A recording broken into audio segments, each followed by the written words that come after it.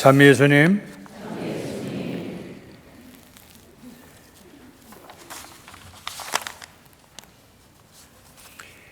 오늘 우리가 이사야서를 잘 보면요,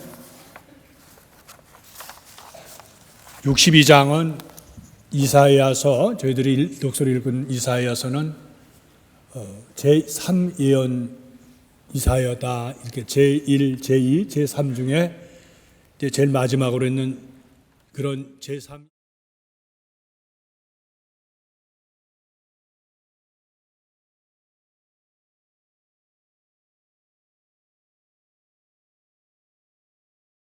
이런 걸 쭉 보면서 세 부분으로 나눠져 있을 것이다 이렇게 봤습니다. 그래서 세 번째는 오늘 62장은 새 예루살렘에 대한 예언을 하죠. 그런데 가만히 들여다보면 그 예언서의 주 내용은 새 예루살렘에 관한 것인데 과거의 예루살렘에 관한 이야기를 합니다. 그래서 그 너는 구박받는 여자, 버림받은 여자라고 했을 것이다, 과거에는. 그러나 이제는 그렇게 하지 않고 소박받는 여자라고 하지도 않고 버림받은 여자라고 하지도 않고 이제는 총각과 처녀가 결혼하듯이 너를 지으시는 그분께서 너와 혼인하고, 그래서 예루살렘과 혼인한다는 얘기거든요. 이것은 무엇일까? 이것은 후에 그 묵시록에서도 그런 표현을 합니다. 그래서 어린 양의 혼인날 아름다운 고운 아마포를 입은 신부의 모습, 그래서 묵시록 19장 7절의 표현을 보면, 그래서 거기에 거룩한 예루살렘의 도성은 바로 단장을 한 신부와 같다. 그래서 이렇게 오늘 62장, 이사야 62장, 또 묵시록의 19장의 그런 모습과 보면은 이 세상에서 가장 아름다운 모습, 가장 그리고 좋은 모습을 혼인에다 비유를 했다는 것이죠. 이뿐만 아니라 여기 요한도 그렇고 마태복음도 그렇고 에베소서도 그렇고 우리가 조금 전에 있었던 그 요한의 묵시록에서도 그렇고, 이렇게 해서 이 성서의 구약과 신약을 통틀어 보면 가장 좋은 모습을 혼인에다 비교했다는 거예요. 그래서 오늘 이제 예수님께서도 마찬가지로 요한복음에서 오늘 혼인에 대한 그 이야기를 오늘 전해주겠습니다. 다른 복음에서 전해주지 못하는 요한이 전해주는 가나에서 있었던 요한복음. 그 가나는 예수님이 계시던 갈릴레아 지방의 한 도시인 나자렛이죠. 예수님께서 자라신 곳, 태어나신 곳은 우리가 알지만 베틀레헴이지만, 그래서 나자렛에서 그곳까지 이제 제자들을 모으시고, 그래서 제자들을 이제 다 모은 건 아니죠, 아직까지는. 그래서 시몬, 베드로, 안드레아, 그리고 야고보, 또 요한, 그리고 일부 학자들은 거기에 필리포도 있었을 거다 이렇게 얘기를 하고 있습니다. 그러나 요한복음은 분명히 오늘 성모님도 거기 같이 계셨다 이렇게 나옵니다. 다 좋았는데 이제 여러분들 우리가 잘 알지만 우리 혼인은 길어봐야 하루 하잖아요. 그러나 이스라엘에서 특히 유대인들이 하는 것은 일주일 내내 하는 거예요. 그래서 거기서 일주일 내내 하는데 대개 신랑의 신부 집으로 와서 그렇게 해서 맞아서 거기서 신랑 친구들과 지금 말하면 둘러리죠. 같이 해서 아주 성대한 그런 혼례식을 치르는데 이스라엘에게서 제일 중요한 건 포도주거든요. 근데 사람들이 많이 왔던가 아니면 미처 준비를 다 못했던가 어쨌든 그 혼인잔치에서 그 술이 떨어진 것이죠. 그 술이 떨어져서 오늘 중요한 얘기는 성모님이 얘야, 우리로 말하면 그렇겠죠.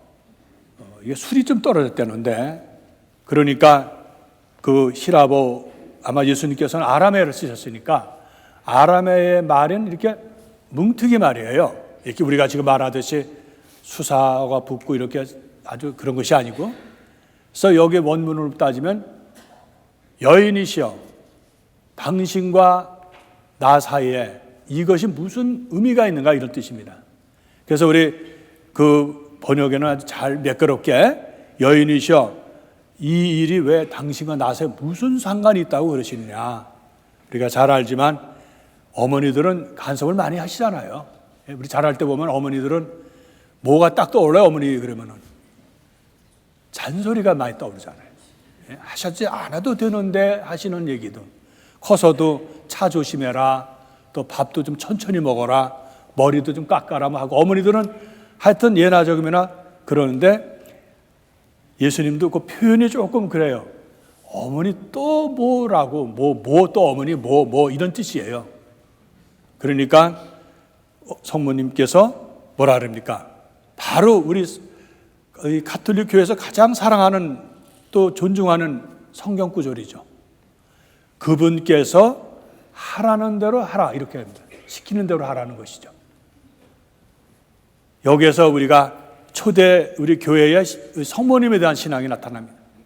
물론 일부 교회에서는 가톨릭 교회가 성모 또 마리아 교라고 그러지만, 사실 우리가 알지만 성모님도 피조물이잖아요. 하느님이 아니잖아요. 성모님은 신앙의 대상은 아닙니다. 그러나 초대교회에서부터, 특히 요한복음이 기원 후 100년이라면 마테오, 마르코, 루카 중에서 마르코가 제일 먼저 쓰여졌죠. 그럼 66년에서 70년, 아마 예루살렘 멸망 전에부터 써서 70년대 예루살렘 멸망했으니까요, 전으로 해서 공관복음이 써졌다 그래요. 공관복음에서 순서가 마르코 다음에 마테오, 루카다 이렇게 보고 있습니다. 그러면 거기서 한 30년 후대에 쓰여진 요한복음을 보면, 요한복음은 벌써 우리 초대 교회가 많은 고통을 겪었어요. 소아시아를 중심으로 해서 부러치는 그런 박해로부터 시작해서 또 이단과, 그래서 번복이 되어서 교회가 휘청휘청거렸을 때예요. 그런데 거기에 성모님의 그러한 위치는 굉장히 독보적이었다는 거예요. 그래서 우리 교회는 초대교회에서부터 성모님에 대해서는 사랑과 존경을 드렸다는 것이죠. 그래서 오늘 성모님께서 아직 어머니 제 때가 아닌데, 그렇게 얘기를 합니다. 어머니 아직 제 때가 아닌데 왜 이런 말씀 하시냐, 이런 뜻이거든요. 그러나 성모님은 그분이 시키는 대로 하라고 하는 겁니다. 예수님은 거기서 어머니께 순명하시죠. 그래서 그 물독에 6 항아리에 있는 정결례에 쓰는 물이죠. 사람들이 나갔다 들어오면 손도 씻고 발도 씻는 그러한 그 유대인들의 관습에 따라서 하는 거기에 물을 잘 이렇게 물을 부어놓는데 거기다 가득 채우라고 그러죠. 그래서 우리 오늘 그 이야기는 그 맹물을 퍼서 줬다는 얘기예요. 그러나 과방장도 나중에 그 내용을 모르는 과방장도 놀라듯이 어떻게 이렇게 좋은 포도주가 남아있는가라고 하는 것이. 그래서 우리 교회에서는 아주 이 가나의 혼인잔치에 대한 이 말씀을 굉장히 주옥처럼 소중하게, 또 존경과 사랑을 성모님의 사랑과 함께 더불어 하고 있습니다. 오늘 성경을 잘 들여다보면 예수님께서 마지막에, 그러니까 2장 11절이죠. 거기에 보면 뭐라 합니까? 예수님께서 표징을 일으키시어 당신의 영광을 드러내셨다 그랬습니다. 제가 성가대에 하나 물어봐도 되겠어요? 표징이라고 뭡니까? 표징. 지난번에 한번 여쭤봤는데 기억나셔요? 표징. 내가 대답 안 하리라고 생각했지만 이렇게 안 할 줄 몰랐어요. 표징은 다른 말로 말하면 상징입니다. 상징은 영어로 말하면 심벌, 또 우리 라틴어는 signium이란다. signium. 그래서 상징이라는 건 표지가 보인다는 거예요. 보이게 하는 것인데, 상징이라는 거 여러분 잘 아시잖아요. 우리 상징이 하나, 아주 좋아하는 상징 하나 있잖아요. 뭐가 있죠? I love you 해서 이렇게 하잖아요. 저거 하라면 좀 어색하게 나지만, 하라면 잘은 못하지만. 그러나 이게 표시가 뭐예요? 하트를 갖다 얘기하잖아요. 예? 그래서 꾸오레, 라틴어는 꼬르라 그러죠. 근데 이태리 말은 꾸오레라 그러는데, 그 하트 모양을 보면 사람들이 뭐라 그래요? 아, 이건 사랑이구나. 그래서 영어로 I하고 그거를 표시를 이렇게 해놓고 you 하면 뭐라 해요? 난 너를 사랑한다는 뜻 아닙니까? 그런데 사랑이라는 게 눈에 보입니까? 안 보이잖아요. 그러니까 상징을 통해서 그 사랑을 가리키는 거죠. 그래서 의미를 갖는다. 그래서 어떤 표지를 가지고 어떤 상징을 통해서 그것을 가리킨다는 뜻이거든요. 그러면 요한복음에서 왜 하필이면 첫 번째 기적을 행하셨다 그러질 않고 첫 번째 표지, 다시 말하면 표징을 했을까라고 했는데 왜 그랬을까요? 제가 대답 안 하는 건 알지만 바로 예수님께서 지금 기적을 베푸신 것이 바로 중요한 거 아니라는 거예요. 그것이 원래 그것이 아니라 그것을 통해서 무엇을 나타난다 그래요? 이것을 이해하려면 여러분 오늘 하나 숙제를 드리겠습니다. 요한복음이 몇 장으로 되어 있죠? 요한복음. 정말 대답 안 하실래요? 요한복음 몇 장으로 되어 있어요? 여러분들 매일 성서 읽으시죠? 내가 요새 말을 안 하니까 잘 읽으시라고 생각합니다. 매일 성서 읽으신 분이야 요한복음이 몇 장으로 되어 있는지 아시죠? 21장으로 되어 있습니다. 요한복음 21장으로 되어 있는데 요한복음의 20장 그 한 장 전에 20장 31절을 보면 30과 31절의 제목이 요한복음의 목적에 대해서 나옵니다. 특히 31절에 두 가지로 목적을 얘기하는데 첫째는 뭘까요? 우리 성가대 또 질문해도 돼요? 목적에서 첫째가 뭘까요? 바로 예수님은 하느님의 아들이다라는 것을 믿게 하는 거예요. 두 번째는 뭘까요? 두 번째는 바로 믿어서 생명을 얻게 한다는 거예요. 생명을 얻는다는 거예요. 조에라 그러거든요. 그 뭐냐? 구원을 받는다는 얘기거든요. 요한복음에 쓰여진 목적이 뭐냐? 이 표징을 통해서 바로 의미를 깨닫게 해준다. 다시 말해서 예수님께서 첫 번째 표징을 일으키시어 당신의 영광을 드러내셨다는 얘기는 뭘까요? 바로 예수님께서 하느님의 아들이시고 그래서 그 끝부분에 뭐냐면 제자들이 믿었다고 합니다. 믿었다는 게 뭐예요? 그리스도로 받아들였다는 거예요. 인간이시면서 하느님이심을 받아들였다. 그럼 다시 한번 질문해 볼까요? 두 번째 표징은 어디 있을까요? 그럼 요한복음에서 7가지 표징인데 두 번째는 바로 4장에 나옵니다. 뭐냐면 같은 가나라는 마을에서 왕실의 관리가 자기 아들이 가파르남, 그리고 거기서 굉장히 떨어져 있죠. 가파르남은 갈릴리아 그 북부에 있으니까 거기서 알아서 죽게 됐어요. 그러니까 그 관리인이 와서 예수님께 간청합니다. 주님, 저희 아들을 좀 살려달랍니다. 그래서 예수님께서 그 아들을 살려주시죠. 그래서 거기도 다시 가나에서 두 번째 표징을 일으키셨다고 합니다. 여러분들 오늘 숙제는 두 가지, 하나는 뭐냐면 요한복음 20장 31절 한번 가서 확인해 보셔요. 두 번째는 표징이 바로 몇 가지가 있는데 7가지는 한번 확인해 보셔요. 세 번째는 뭘까요, 그러면? 세 번째는 바로 5장에 있습니다. 벳zat다라는 예루살렘의 성전에 벳zat다는 그 문이 있는데 거기에 바로 연못이죠. 거기에 오랫동안 병으로 누워있던 사람이 예수님께 움직이지도 못하는 사람이 또 치유의 은총을 받아서 기적을 베풀었습니다. 그래서 그걸 세 번째라 그러죠. 네 번째, 다섯 번째는 6장에 있습니다. 6장 1절부터 15절에 우리가 잘 알고 있는 빵을 많게 하는 5천 명을 먹이신 기적. 그래서 물고기 2마리와 빵 5개, 5병이어라리죠. 그래서 그 빵 5개, 물고기 2마리로 5천 명을 먹이신 기적을 6장 1절부터 15절에 합니다. 그 다음에 또 다음에 뭘까요? 다섯 번째, 바로 16절부터 21절에 나오죠. 6장에. 예수님께 무리를 걸으시는 그런 기적입니다. 그래서 다섯 번째 표적을 일으키셨다고 합니다. 그러면 나머지 여섯 번째, 일곱 번째는 어딜까요? 여섯 번째는 9장에 나옵니다.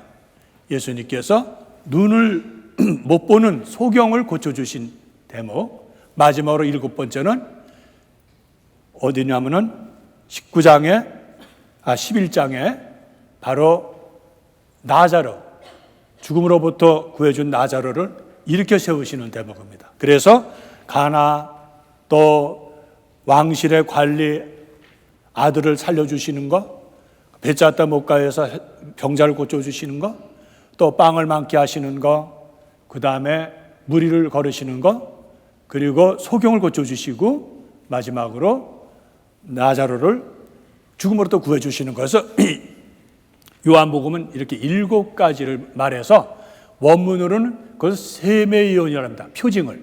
아까 심벌이라고 했죠. 라틴은 식륨이라고 했죠.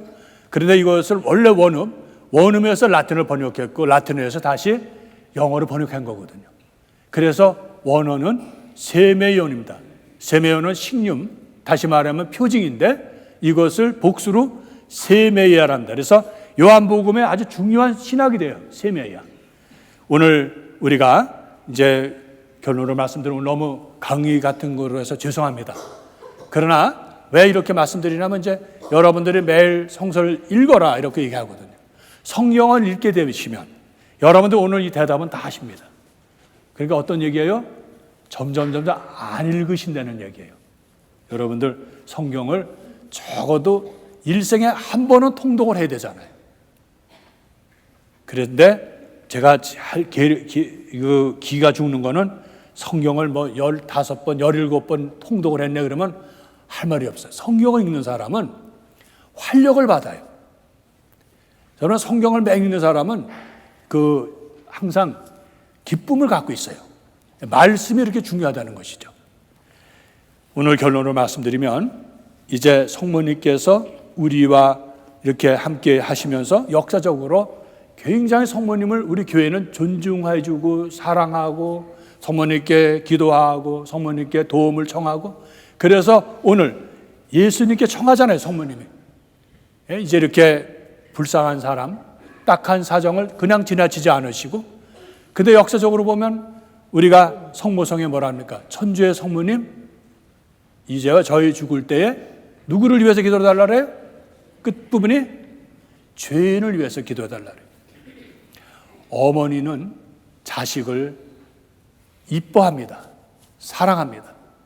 자식이 항상 마음에 듭니까? 때로는 자식이 어머니 말 안 듣지, 속썩이지, 또 뭐 어릴 때는 모습이 좋겠어요. 진자리 마른 자리라 그러잖아요. 대소변, 옷 갈아입히고 자식의 안 좋은 모습을 다 아는 것이 어머니예요. 우리가 성모님을 사랑하는 건 뭘까요? 성모님께 의지하는 건 뭘까요? 바로 우리 교회는 처음부터 성모님께 죄인이라고 그랬어요. 우리 죄인. 우리가 정말 때로는 냉담도 하고요. 내가 신앙이라고 말은 하면서도 행동은 다른 행동을 하고 위선적일 때도 있고 또 거짓으로 살 때도 있어요. 우리가 신앙생활을 항상 잘할 수 있을까요? 항상 하나님의 뜻대로 살 수 있을까요? 그렇게 돼서 우리는 언제나 죽을 몸이라는 거예요. 죄인이라는 거예요. 죽음이라는 것은 죄인과 연결되어 있습니다. 죽음의 그늘에 우리가 있거든요. 그래서 우리가 많은 경우에 외로워요. 죽음의 그늘이 있기 때문에 누구도 아무리 가까운 부부라 하더라도 그 외로움을 다 채워주지 못합니다. 왜? 언젠가 죽기 때문에 죽음의 그늘에 있기 때문에. 그러나 우리가 죽음의 위험에서도 우리를 구원해 달라는 분이 바로 성모님이십니다. 성모님께 우리가 바로 죄인이라는 것, 내가 힘들고 또 어렵더라도 우리가 성모님을 잡고 놓치지 않으면 돼요. 성모님 나를 도와주시도록. 바로 성모님은 우리 사도들의 모으시고 교회의 세기와 세계 어머니시지만 놀라운 것은 나의 어머니도 된다는 거예요. 언제든지 부르시면 성모님은 우리를 구원해 주십니다. 딱하고 어려울 때 외면하지 말라고 해서 우리가 교회가 또 4세기서부터 성모님께 특별히 기도하는 게 있어요. 어려움에 처했을 때 바치는 기도죠. 오늘 우리가 가나의 혼인잔치의 이 복음을 우리가 다시 받아들이면서 물론 예수님께서 행하신 이러한 기적이 놀라우신 것도 되고 예수님은 바로 어려움에 처해 있는 사람을 외면하지 않으신다. 그리고 소외되고 죄인들까지도 포용하시고 예수님이 용서 못하실 죄가 어디 있겠어요. 그래서 우리는 항상 희망을 갖습니다. 거기다 우리가 더 또 기쁜 것은 우리 죄인을 위해서 항상 이끌어주신 성모님이 계신다는 거예요. 누가 뭐래도 성모님은 우리의 어머니십니다. 이것은 하루아침의 신앙이 아니라 2000년 동안 내려오는 변함없는 어머니의 사랑이고 또 성모님의 사랑이고 또 예수님의 어머니로서 하느님의 모친으로서 우리를 늘 이끌어 주시고 우리의 어려움을 보살피시면서 아들이신 예수님께 간청하신다는 것 사실입니다. 그래서 우리는 늘 외롭지 않아요. 우리가 죽음의 그늘진 골짜기가 있다 하더라도, 하와의 그런 눈물진 그런 골짜기가 있다 하더라도 성모님이 함께 계신다면 우리가 언제나 든든하고 언제나 어디서나 위로를 받지 않겠어요. 예수님을 사랑하고 또 성모님을 사랑하는 그런 신앙으로 살 수 있도록 주님께 항상 간청하면서 또 오늘 이 미사를 봉헌하도록 합시다.